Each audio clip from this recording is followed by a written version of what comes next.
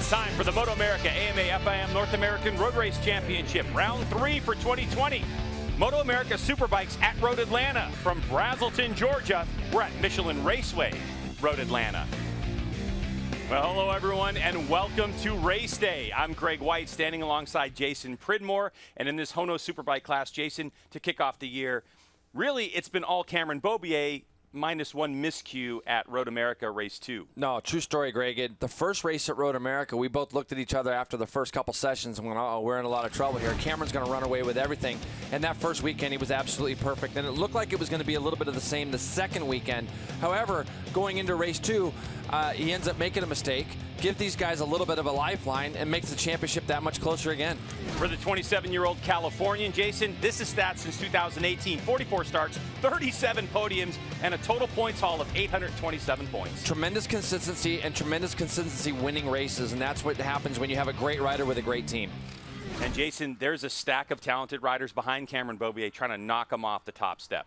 Yeah, the guy that I like to look at right off the bat is Bobby Fong. Yes, he won his first race at Road America after Cameron fell, but he's been pushing the pace and inching closer and closer. 600 Super Sport champion from last year has really stepped up and shown that he's going to be a force to be reckoned with as the season progresses. And of course, Jake Gagne, who is now teammates to Cameron Beaubier, he's been a breath of fresh air. Yeah, another guy that we've seen bounce around. We've seen him in World Superbike on the Honda where he came back over here.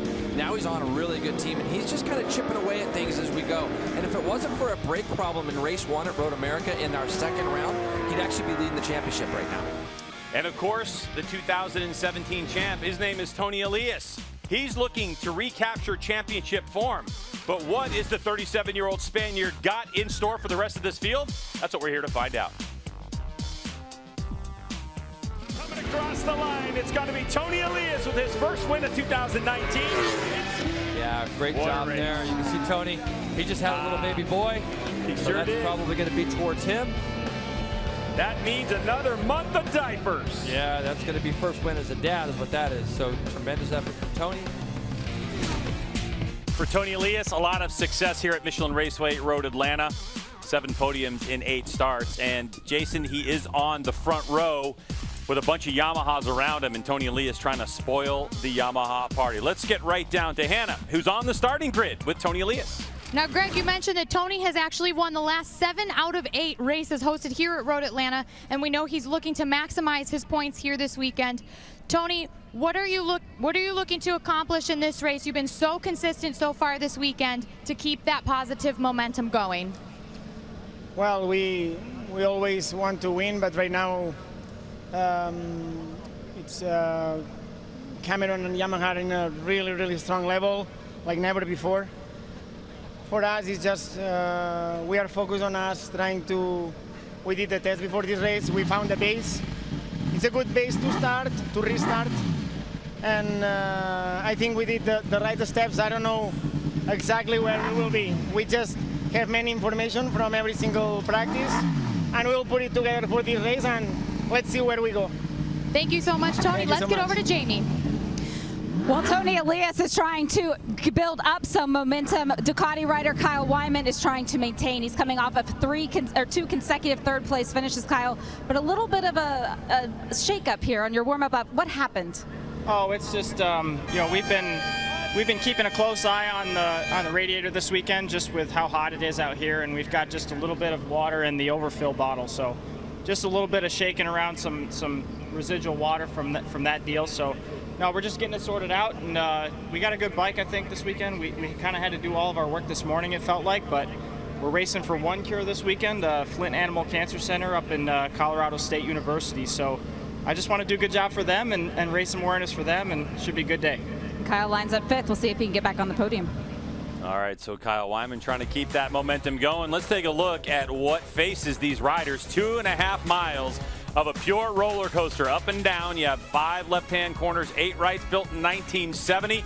And this is not only a fan favorite, but a rider favorite as well. It promises to be some great racing. And it's warm outside, and that means it's time for our Suzuki hot spots. Jason, Michelin Raceway Road Atlanta has got a lot of opportunities to pass. It does, and you mentioned this track being a rider favorite. You can see, Greg, this is turn 1. and you go up this really big steep hill into these S's that become a little bit one line. I've been able to ride this track in a lot of different configurations, That is a tricky spot. Then you got turn 5, kind of the spot that everybody knows here at Road Atlanta, and then turn 7. The reason it's a hot spot leads onto the biggest back straightaway, one of the biggest straightaways we have in our season. Down into turn 10, this is where you're going to see a lot of passing and repassing, and if you haven't got it done by the time you've done that, it's going to take some big effort for you to do something down into turn 12 here. Very narrow area of the track, very steep coming down there, Greg, and like I said, it's a big commitment. Cameron Beaubier all zipped up and ready for battle. Are you? We certainly are. Can't wait to see who's going to throw some shots at the #1 plate.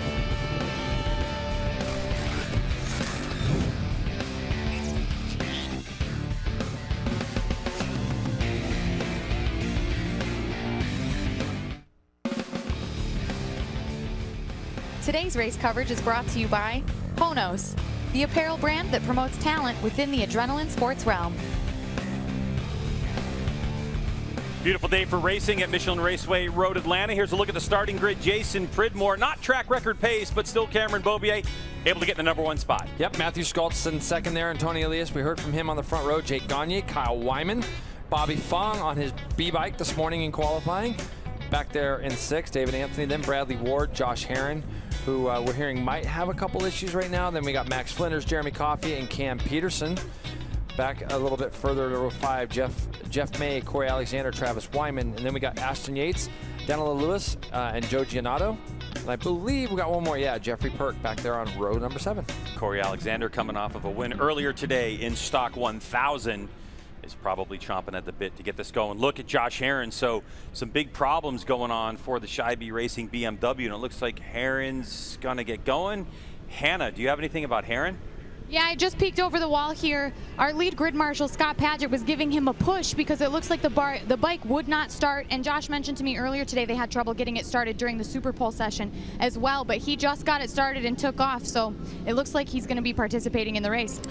He might be participating, but he might be a little bit behind. It looks like I can see him pulling off. He's actually pulling off the track. Yeah, he's got an issue with the bike right now. He's going to have to start from the end of pit lane. That's what's going on, Greg. I don't know. So he's trying to get the bike back down. Just what you want to be doing, just running the bike backwards down pit lane. Well, the problem is he's only got to Jason, go to about right there. Let's see the lights. Yeah, but I don't know if that's legal or not. But I mean, it's better than having to do the entire warm-up lap and starting, this halfway race down starts. the back straightaway. Yeah. All right, but all eyes are on the race start here. Race #1, HONOS Superbike. When these lights go off, all eyes on the #1, Cameron Beaubier. Can he get the launch? It looks like he got it, so Beaubier's going to move over and try to fend off the charge of Tony Elias.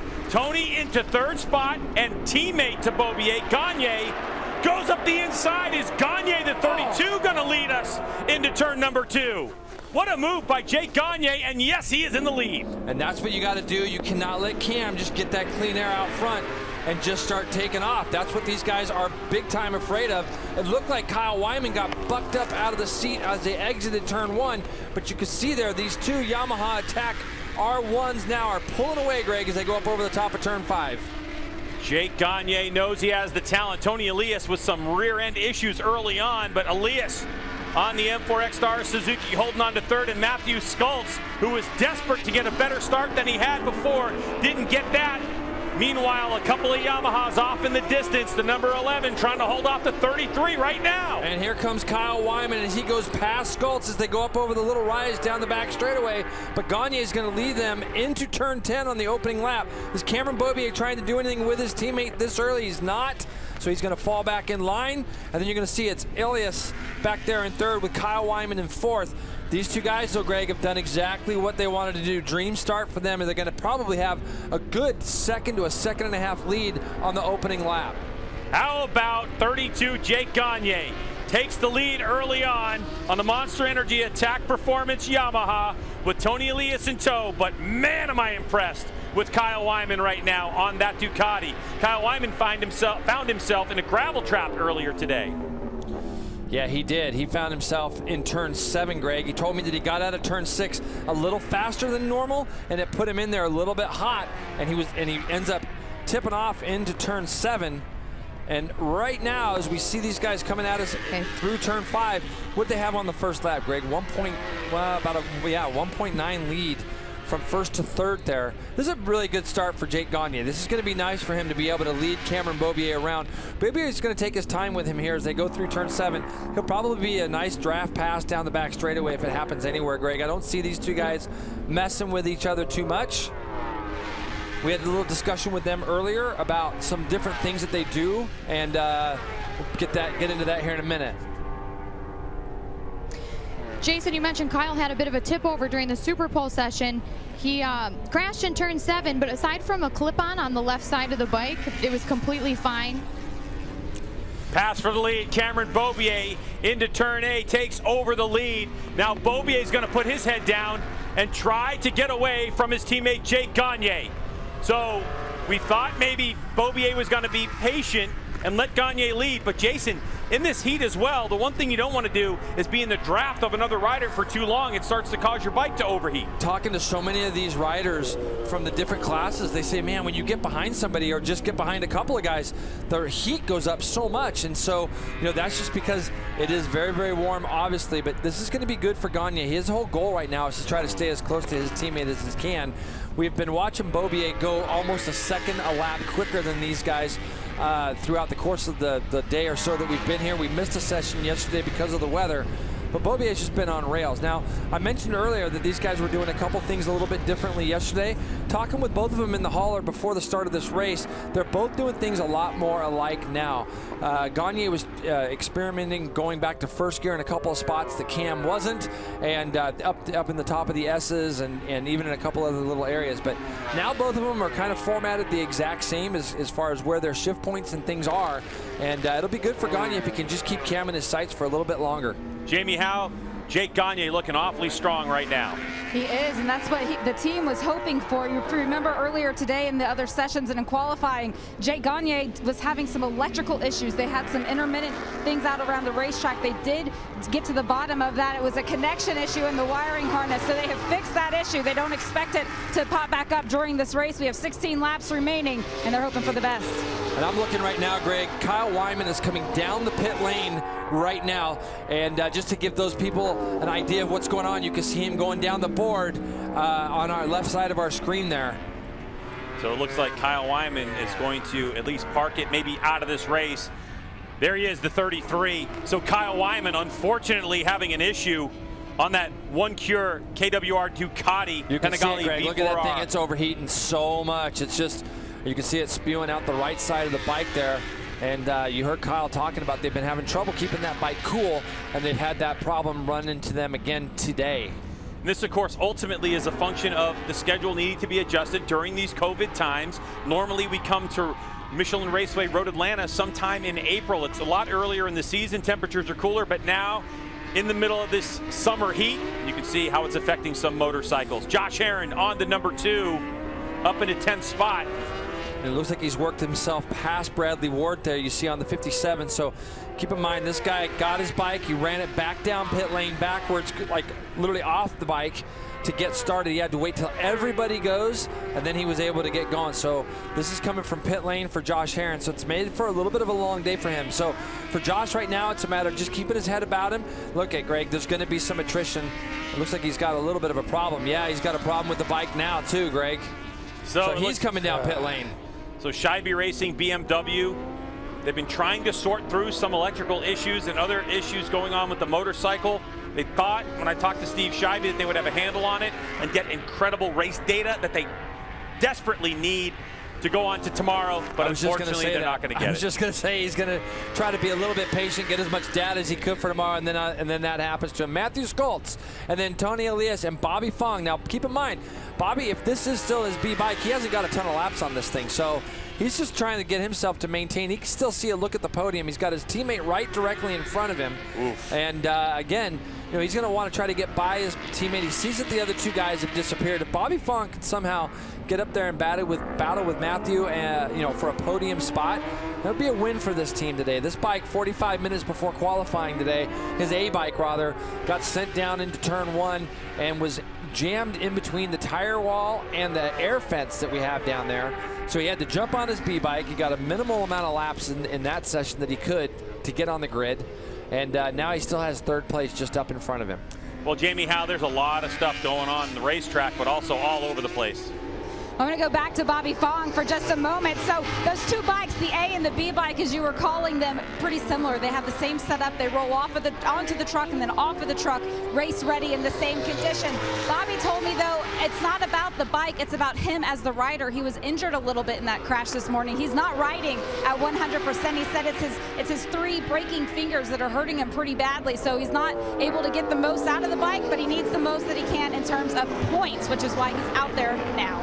After what I saw this guy go through last year, Jamie, at Pittsburgh after a huge accident, race 1 of our 600 race, the fact that he battled the way he did the second day, he's going to be able to adapt and figure out a way to get through this race and get the most points that he can. Coming off a win, obviously, at Road America was a big boost for him, so it was a shame to see that happen to him this morning. M4X Star Suzuki teammates close. Looking at Bobby Fong, I went and talked to Frank Aragaki, his crew chief, and I asked him about the parts from the A bike onto the B bike. He said the linkage, the shock, the swing arm, all the same. In qualifying, they weren't able to get all the settings from the front end of the motorcycle in there, so they were able to do that in between these races. So we expected a little bit more, but Frank did say to me, just like Jamie talked about, Bobby Fong is dinged up a little bit. Moving back into the field, here's another great battle. 45 is Cameron Peterson, and David Anthony on the 25 going after it as well. Yeah, we've been, it's great to see Dave Anthony running right now in 6th place as he gets past Cam Peterson. Cam Peterson's obviously been one of our lead guys in the Superstock category. He's battling brake issues all weekend long so far, Greg. In the Superstock race earlier, he battled some brake issues, and it just seems to, after about 5, 6, 7 laps, he just starts running out of brakes. And I'll tell you, at a place like Road Atlanta, the last thing you want to do is be running out of brakes at the end of some of these straightaways or even down to number 1. And when you're racing close with somebody, you want to give them as much respect as you can. Cameron Beaubier right now, last lap through, 25-1. His teammates keeping him honest there, though. You can see Gagne at a 25-5. You kind of almost wonder if Cameron has another gear left, if he needed it. But right now, Gagne is doing a really nice job of just keeping Cameron honest and keeping him in sight. If you're just joining us, for Ducati fans, number 33, Kyle Wyman out of this one. Hannah, do you have more on what happened with Kyle? Yeah, I was able to touch base with crew chief Darren Marshall. He said that they're having some overheating issues, and of course it is absolutely scorching out here today, so understandably so, but that means unfortunately Kyle is retired from the race. All right, thanks Hannah. With high horsepower, Jason, of course comes a lot of heat, and for this one, being here at Michelin Raceway Road Atlanta, they'll try to get that whole issue sorted out tomorrow because we expect much the same in terms of temperature. Lighting up the racetrack and heating it up is Cameron Beaubier. Last time by the stripes, settling into a nice, comfortable pace, Jason. A 25-1 for Beaubier. This time he comes across, drops it a couple tenths to 24.8, so only 8 tenths off his fastest lap of the race so far. But I'm impressed to see Gagne as well. Gagne had come through the lap prior to 25.3 or 4. He goes 25.1, so he's still just trying to keep staying there. You can see some a debris flag is out up at the top of the S's. I saw that just out the corner of my eye. So we'll keep an eye and see what's going on down through these S's if there is anything. But yeah, Cameron, he had gone a 25.0 the lap prior. He drops back into the 24s. So maybe the lap prior there was something up in the S's that slowed both riders down, because now Cameron has found himself back in the 4s again. 4 flat is the quickest he has gone, 24.0, 24.8 that last time through. So Cameron Beaubier leads Jake Gagne by about 1.5 seconds, and then Matthew Skultz in 3rd place, kind of by himself as Tony Elias trying to make inroads to him in 4th, Bobby Fong in 5th, David Anthony up to 6th ahead of Cam Peterson. Jeff May on the 54, local rider. Of course, used to be Jordan Motorsports and other riders, other teams, then Bradley Ward in 9th. Max Flinders in the top 10. Here's a look at Gagne, left part of your screen. As we get a good look at him. You can see that bike when it comes in there, Greg. There's a couple very famous kind of bumps that you roll over when you go into turn 1. You can see him steering that bike with the rear wheel. And that's where it's so nice now, the electronics that we have on these motorcycles to help control some of that.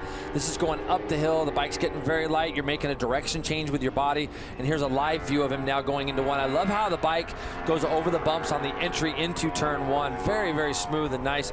But you can see how the bike just wants to buck around as it goes up that steep hill.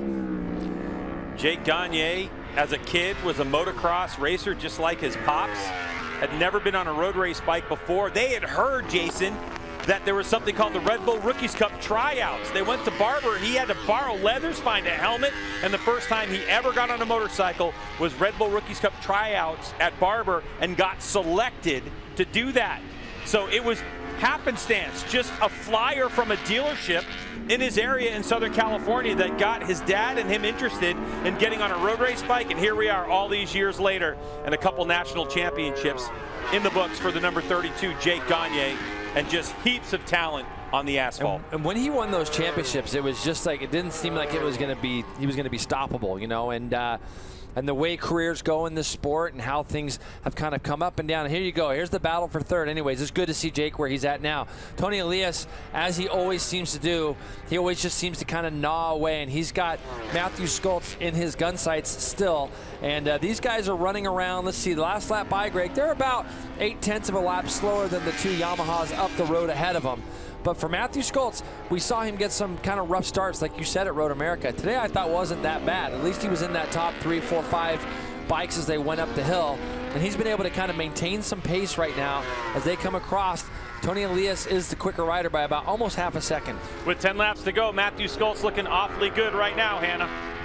When I spoke to Matt earlier, he said that his pace feels really good. They made some changes to help rear slide from yesterday, and the bike feels much better today. His goal for this race was to really be there in the fight for the podium in the last 4 or 5 laps. Based on the gap, how much time do you think that he will be able to recover from those two Yamahas out front? Well, I think the gap to the front now, it's pretty depressing when you are in a spot where Matthew is. He's 14 seconds back, and you can see when you're up in the top of the S's, you can see those two Yamahas disappearing in the distance. His main goal now is going to be able to hold Tony Elias off. Let's get down to Jamie in pit lane. Well, more on Matthew Schultz. In that first round of races at Road America, they were pretty strong what they thought and compared to the rest of the competition with power. But then when they came back to Road America, it was a little bit different. They were just off a little bit. So in between there and here at Road Atlanta, what they did was went through all of the data. They figured out where they went wrong. The whole team sat down, they watched every single lap of every single session, and they really narrowed in on what they wanted to bring out. It's paid off for them. They've been at the top and the top of the charts all weekend long, and you can see the consistency that he's been able to bring to the table today. Yeah, so far in the HONOS Superbike class, we've had 6 different riders stand on the podium in 4 races, including number 11, Matthew Schultz on that Westby Racing Yamaha. That was our very first race of the season where he was able to snatch a second place, and they're trying to just get him on the podium. Consistency, like our leader, Cameron Beaubier, has been able to do almost all year long, with the exception of tipping off. Cameron has been the standout. Well, he really just gave these guys a little bit of a chance there in that second race at Road America by falling off. But you can see what happens here. He's able to sustain a pace that everybody else just can't. So, you know, he's not going to make that same mistake twice. You won't see him falling off on the second lap of a race again this year, or trying a new tire maybe in a race situation. I think that there was a couple of things that led to what happened there. But hey, mistakes happen. Things happen in this sport, and that's why you got to do all these laps. But if you just watch him ride, Craig, and I say it a lot, but the simplicity of what he does and just getting around the racetrack, he makes everything look so easy. So for Cameron Beaubier, Jason, it cannot be understated that in 2009, Cameron Beaubier was teammates with Marc Marquez on the 125 Red Bull GP team, and then he was out of a ride. He had a $25,000 contract from Red Bull for 2010 and 2011. He took a chance on himself. His dad bought him a Yamaha R6, and he came racing here in the United States. He chipped his way through 2010, started to be successful in 2011, and with his performances and race wins from 11 and taking that chance on himself, he got a ride on the Graves Yamaha team on a 600. And fast forward to 2020, and he has 5 championships, 4 of them HONOS Superbike champion. And Jason, Cameron Beaubier taking a risk on himself. It just seems like now, with him getting into the Monster Energy Attack Performance Yamaha team, there has been another step in performance of Cameron Beaubier, and at 27 years old, he is just on top of the world in the U.S. Yeah, and I get so many questions about, you know, there's an opportunity possibly to see another one of our MotoAmerica riders take a step up and go to World Superbike next year, with the option of a Yamaha seat becoming open over there from Michael Vandermark getting signed with BMW. A lot of people ask me about Cameron Beaubier and what my thoughts are on that, and I think that he would be a great guy to get over there on that factory seat. We know Garrett Gerloff is already over there on a Yamaha as well. Both of those guys were teammates. You know, if this guy goes on and wins the, you know, potentially a 5th championship, you know, Superbike Championship here in America. He's getting to that window, Greg, where he's really got to try to make that decision if that would be something that he would like to chase after or not, going over and racing for a world championship. But I definitely think Cameron, with the knowledge and things that he's got behind him now and the experience, would be a great guy to get over to World Superbike from America. Cameron Beaubier getting in some lap traffic, currently going by Jeffrey Perk, and he's got Jeremy Coffey and Joe Giannato up the road apiece. Cameron Beaubier right now putting on an absolute clinic. He's been able to drop his pace down to the mid-25s. Jake Gagne not able to even answer that pace. So 25.6 last time by for Cameron Beaubier, 25.9 for Jake Gagne. Matthew Skultz with Tony Elias knocking on the door has done his best lap of the race here with 7 to go at a 25.600 for the third place rider, number 11. But Beaubier just putting on this clinic, Jason, and when you watch him ride, it's so simplistic. Yeah, now he's looking, and he knows he's got a nice comfortable margin, and it's just a matter now of being able to click the laps off, hit your marks, and bring it home and try to make up for, obviously he wants to try to get the double here. We got 2 pretty important weekends back to back as we go to Pittsburgh next weekend. He wants to just try to keep chalking up these victories. There's Jake Gagne. A lot of people looked at Jake Gagne after spending time in other teams here in MotoAmerica and then heading off to World Superbike. And we thought, Jason, that Jake Gagne outrode the quality of equipment that he was riding, but it was 1 year there, and he comes back here last year injured. And so a lot of people, I think, wrote Jake Gagne off. And now, every time he gets on this motorcycle with the crew he has and the equipment he has, he was telling me he just continues to chip away at his confidence. It goes bigger and bigger and bigger every time he turns a lap. And, if he keeps going in this direction, we're going to see these gaps to Cameron Beaubier start to close down as we get deeper into this season. And that's got to be Jake's goal. And you're not going to find a more likable guy in the paddock than Jake Gagne, as well as his teammate Cameron Beaubier. As you can see, Cameron's just kind of knifing through a few of the boys here. Jeremy Coffey, looks like Joe Giannato as well. So both those guys go a lap down, but this guy just keeps putting the laps in. But I think you're right. I think for Gagne, the goal is let's just continue to look at that gap to the leader of the race and see if we can close it down more and more. And the more he gets a chance to ride around Cameron and be with him, and like I said, we were in the hauler with both of these guys. Greg and I were probably, a couple hours before the race. Yep. They're both hanging in there just talking, hanging out together. So obviously they have a very nice rapport, and Jake's just got to keep learning. And for Cameron Beaubier's teammate, Jake Gagne, one big note is that he hasn't actually won a race since 2015 when he won the Superstock Championship back then, and he is hungry. As for Cameron Beaubier, well, it was just about a month ago on a Sunday where Cameron didn't win a race. As he is clicking off these laps, it'll be 5 to go from this point forward as Cameron Beaubier is trying to make it 4 for 5 in 2020. Now Jake Gagne, the 32, coming up on that lap traffic as well. Blue flags flying as Gagne is going to try to sweep around the outside and to keep it nice and tidy. Yeah, and you can see that was pretty cool. Jeremy Coffey was looking over and was waiting to see. He saw that there was somebody coming up behind him, so he pulled over, and now Joe does the same. So good on both of those guys. So Jake Gagne, of course, has some pedigree in racing, even though he started road racing late in his childhood, I guess at 13 years old when he went off to MotoGP Red Bull Rookies Cup. Got a couple of podiums in 2009 and 2010. He won the World Championship, and he was battling with the famous Danny Kent back then.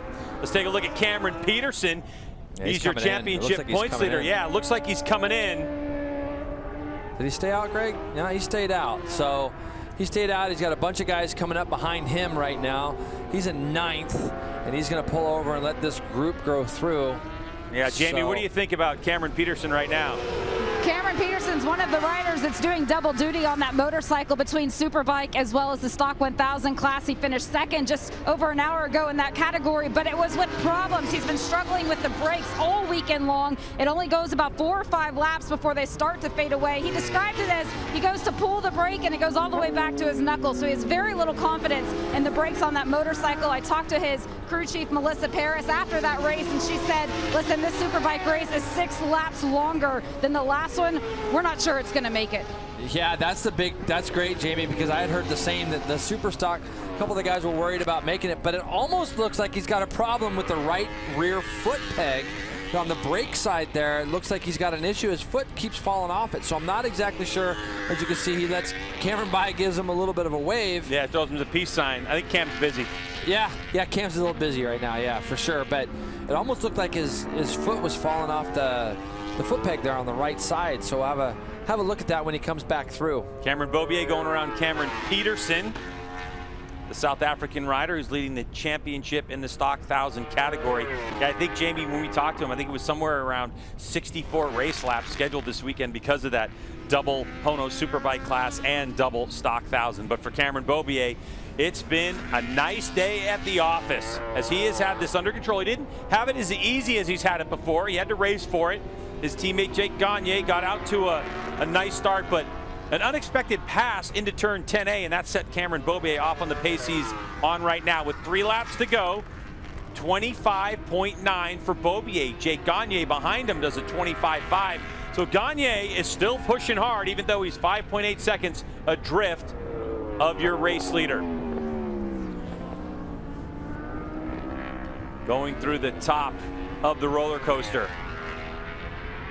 Cameron Beaubier down into the famous S's. And analyzing Cameron Beaubier's riding style, Jason, is really simplistic because we talk about how simplistic it is, but it's efficient. It's efficient with the motorcycle, but it's also efficient with your energy, the amount of energy he's got to expel. Man, there's no question about that. If you're fit and you ride this efficient, the rest of the field are in a lot of trouble because he just doesn't do a lot of extra movements. Just studying him and watching him the way I have over the years, there's no extra added body movement that he has to make to get the bike to do the things he likes to make it do. And, like you say, Greg, it doesn't look very hard for Cameron, even though we know he's riding as hard as he'd like to ride. Even on days when he's on qualifying laps, he just looks like everything just works together in sync for him. And obviously his fitness is good. He's good on everything too. I've heard stories about him at the motocross track and how amazing he is on a motocross bike. And you can see he's going to roll by Ashton Yates here as it goes into the last corner. He's going to have 2 laps to go. You can look on the right side of our screen. You can see the pit boards giving the riders all the information that they need when they go through. But yeah, he's right now he's just a step or 2 above everybody in the field. Yeah, and we talked to Cameron about the possibility of going to Europe, which we've talked about him for years and years and years.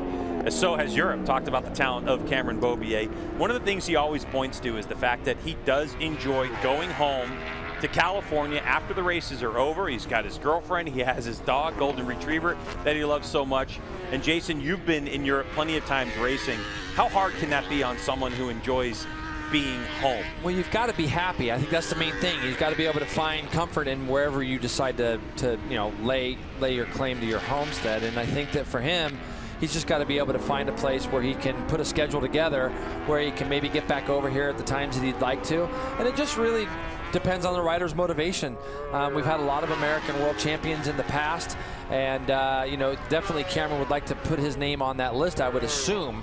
But I think it's got to be the right deal for him. It's got to be the right thing. You can see Garrett Gerloff over there now, I think is doing a tremendous job in World Superbike. Garrett Gerloff is, who we saw in our paddock last year, winning races as this guy's teammate. So Cameron's probably looking on at that, seeing what Garrett's up to, and then realizing that if that factory seat was to come open, that might be a spot where we might get to see Cameron Beaubier. I don't think he really wants to go ride on anything less than a factory bike.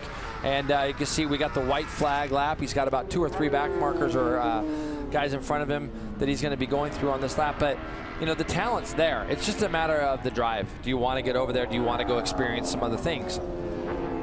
So Cameron Beaubier choosing to just go ahead and fall in line in that one-line section as he gets through some lap traffic, goes around Travis Wyman.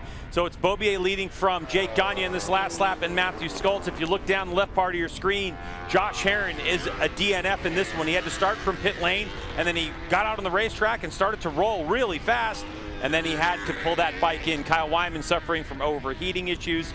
And Corey Alexander fans, he wasn't able to start. So not a ton of attrition in this. You can see Cameron Peterson, we saw earlier, struggling back to 16th and out of the points currently, as Jeffrey Perk in 15th is trying to grab that last point. So Cameron Beaubier working the final lap of this race. And wow, what a clinic he has put on after he got by his teammate Jake Gagne. The rest of this field, Jason, has got a lot of thinking to do overnight. Yeah, it's going to be hard to close this gap. I mean, you know, Jake's going to go with his crew. They'll try to figure it out. But the guys behind 16 seconds right now to Matthew Schultz, be a good result for Matthew. Here comes Cameron, last corner.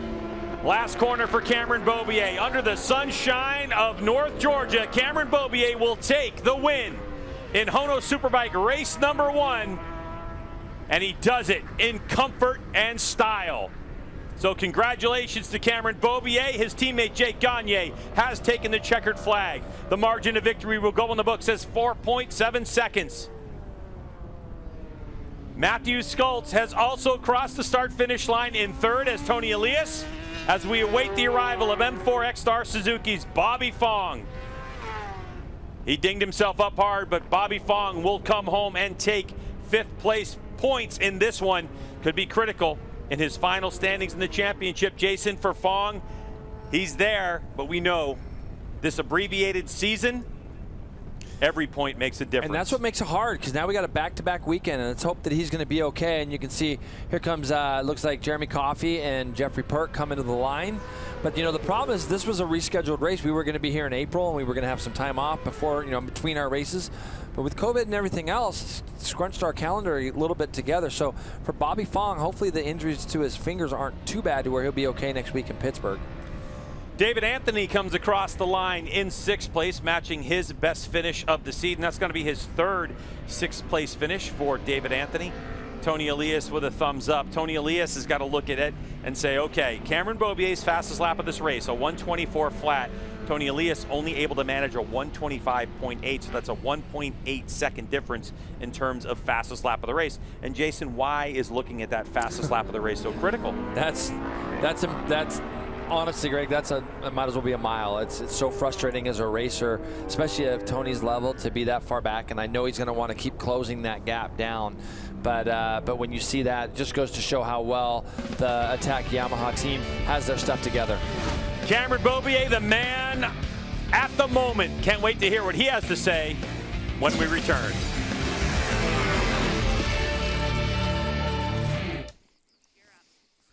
Welcome back to MotoAmerica. Today's race coverage has been brought to you by Dunlop, the official tire of the MotoAmerica Championship Series.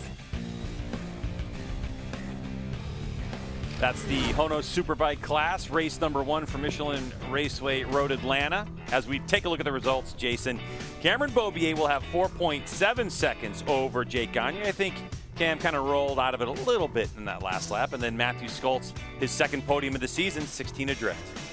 Yeah, it's going to be good for Matthew. They're going to have something to build on there for that team. I love the Westby guys, and they'll have something to build on. Like I say, Tony Elias there in 4th, and then Bobby. A little bit further back, Ashton Yates, Max Flinders, Travis Wyman, Giannotto, Coffey, Perk, and then obviously we saw Cam Peterson kind of tooling around there at the end. Bum for Josh Herron. Didn't finish that race. Hopefully they can get that bike together tomorrow and get him out where he needs to be. All right, let's get it right down to winner's circle, and Hannah has our first interview. Greg, it's a Yamaha podium sweep, and Cameron Beaubier is back on top. Cam, you won by another great margin of victory, but your teammate is proving that he's really starting to come into his own and be a worthy competitor. How was it battling Jake Gagne out front? Yeah, absolutely. Man, I just got to give hats off to our Monster Energy Attack Performance Yamaha. All the guys are just sweating it out with us this weekend, and gave us an incredible bike today. But yeah, Jake, I know how much talent Jake has. I grew up racing with him, and incredible rider. And man, that was I won by a little gap, but that was not easy. That was a really tough race. But yeah, big thanks to all the fans for coming out and supporting us and sweating it out with us. Congratulations, Cameron Beaubier. Let's get over to Jamie Howe. And for Jake Gagne, he started the race in the 4th position, led early on, managed to finish 2nd for the 2nd race in a row. Jake, when you look back on the last 19 laps, what was the biggest lesson that you learned for tomorrow? It was sure nice getting off to a good start. You know, I got off Cam, I think, went into turn 1, but he got a little bit wide. I thought I had a little opportunity to squeeze up in there to get up to the top of the hill in first. And yeah, I pushed, man, gave it everything I had. This Monster Energy Attack Performance Yamaha is working great, man. And after we had a tough day today, especially didn't get a whole lot of laps, and these guys worked their butts off to make sure we had this bike really dialed in. And I'm really loving this Yamaha one. And it was a hot one out there. Once Cam came by me, it was just everything I could to try to just hang on the back of him and try to run some of those 24s. But I made a couple little mistakes there, and it was a tough one. It was a hot one. It was a slippery one. But again, hats off to the Yamaha crew and TAC Performance, Bell Helmets, Alpine Stars, all the fans for hanging out here in this hot sun. We know it was a good day, but yeah, we'll see if we can make a couple improvements and try to run this guy down tomorrow. But hats off. It's good to get a full Yamaha sweep. Hats off to Matt and Cam. It was a good battle out there. Nice job to Jake Gagne, our second place finisher. Let's go back to Hannah. In third place, Westby Racing's Matthew Skoltz. Second podium of the season for you, Matt. When we spoke earlier today, you said you really wanted to be with that lead pack for the last 4 or 5 laps. So despite running kind of a lonely race, are you happy with this result? Not really, no. To be honest, after looking at the practice times, we kind of looked like we'd be able to hang on to Jake and maybe hang on to Cam for the first half of the race, at least then. But my jump off the line, I thought it was, decent, but, Wyman and Tony passed me. I think they're just smaller guys and have quicker bikes. And, I think I was in fourth behind Tony. Then coming on to the back straight on the first lap, Wyman passed me and he was leaking a ton of oil or petrol or something out of his bike, so it kind of tripped me out for the first lap or two. And then I think his bike eventually gave up in corner 10, which gave me a clear path to catch up to Tony and managed to pass him. And I dipped down into the mid to upper 25s, which is all right, but I kind of thought that I would be quicker than that, so we have to go back to the briefing and kind of figure out where I was going wrong. But just a big thank you to the whole Westby team. Last race wasn't the greatest for us. We were really far off, and I think we've closed the gap tremendously to the front guys, so we just need to carry on working from here. Congratulations to Westby Racing and Matthew Skoltz. Thank you, guys. Cameron Beaubier getting ready to celebrate his win. And we have more coming at you for Michelin Raceway Road Atlanta.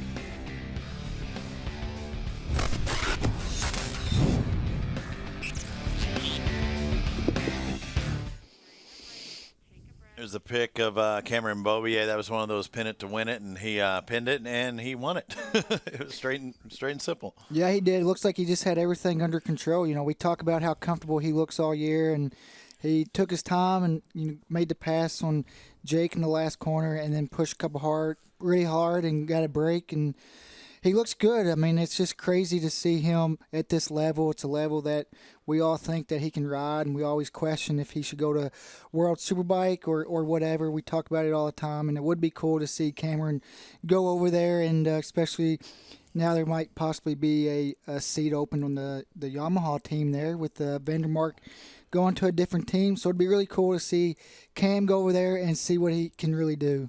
I'd hate to see him leave here, but for him, I would like to see what he could do there as well. And again, that's kind of like every rider's dream, or if you're a road race guy and cars, if you were able to race Formula One, you'd want to do that. But Cameron Beaubier is kicking tail, taking names here in the U.S. and leading the MotoAmerica Championship as it stands right now. Jake Gagne proving he's making a great teammate.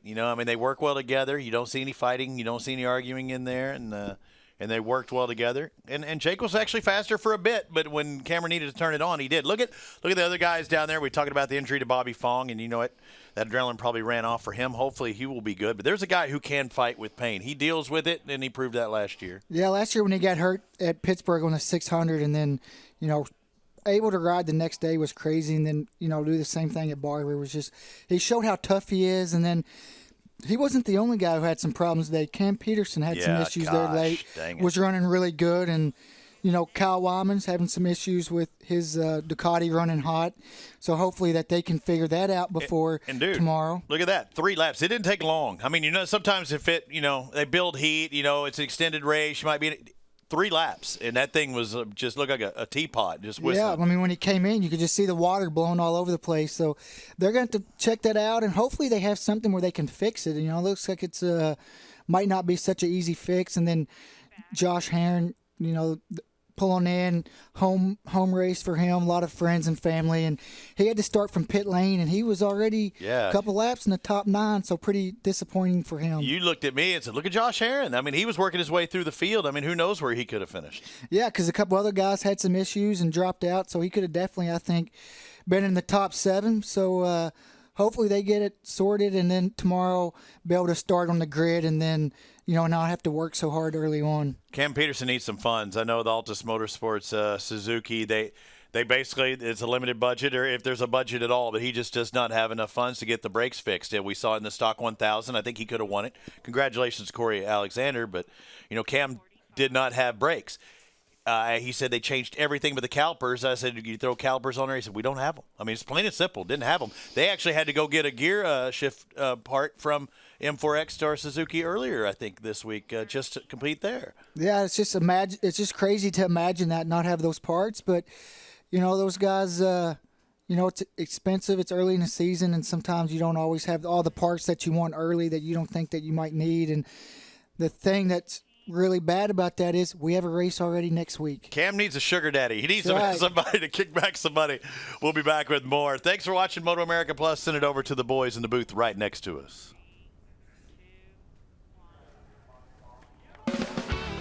Cameron Beaubier with his trophy in the air after celebrating.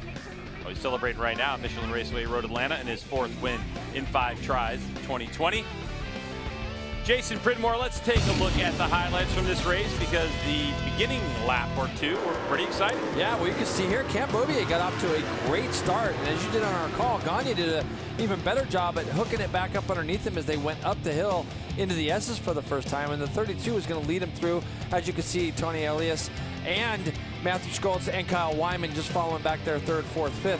But on about the 4th lap, Cameron just followed his teammate for long enough, made this pass. They went down into the turn 10A. And at this stage now, it's about hitting your marks, putting your head down, and running the consistent lap times that we've seen Cam do for so many years. And that's exactly what he did.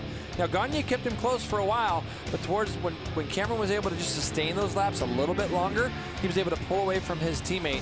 And as he came out of the last corner, Greg, he slowed up a little bit, but he still only won by 5 seconds. I thought it was a really nice effort today from Jake Gagne. Yeah, and Cameron Beaubier talked about the fact that he trains in California, lives in California, and dealing with the heat and humidity here is definitely something to take a deep breath on. Now, Cameron Beaubier leading this championship from his teammate Jake Gagne by 14 points. It was 9 coming in, so the difference between 1st and 2nd is 5 points. And of course, Matthew Schultz doing a great job as well. But for Kyle Wyman, unfortunately, the Ducati didn't make it. Yeah, it's a shame because he's finished all 4 races leading up into this race, and he was running 3rd again today, so he was carrying over that momentum that he gained at Road America. But you heard Matthew Schultz say in the interview that he was spitting some coolant and some things at him going down the back straightaway, and that held Matt up a little bit. But for both Kyle Wyman and Josh Herron today, it was sad to see neither one of them get any points. And knowing that Matthew Schultz is 3rd place and he's not happy, as he said in his post-race interview, and you look at the time, his fastest time was a 25.6. He expected to go faster. So, Jason, you've been in that position before. What are you going to do when you get to your crew and start to download all the data and download the race from your mind? They'll go back and they'll look at those first opening laps and the fact that he was behind Kyle early and kind of maybe felt like he could have gone faster, could have got quicker. The problem is that when you see those 2 Yamahas off in the distance by the time you get to 3rd, makes it really hard work to catch back up to them. An entertaining race, and congratulations to Cameron Beaubier. We're going to get to do it again tomorrow. Coming up, more horse racing. Saratoga Live coming at you. For Jason Pridmore, Hannah Lope, and Jamie Howe, I'm Greg White. Thanks for joining us. We'll see you tomorrow right here on FS1.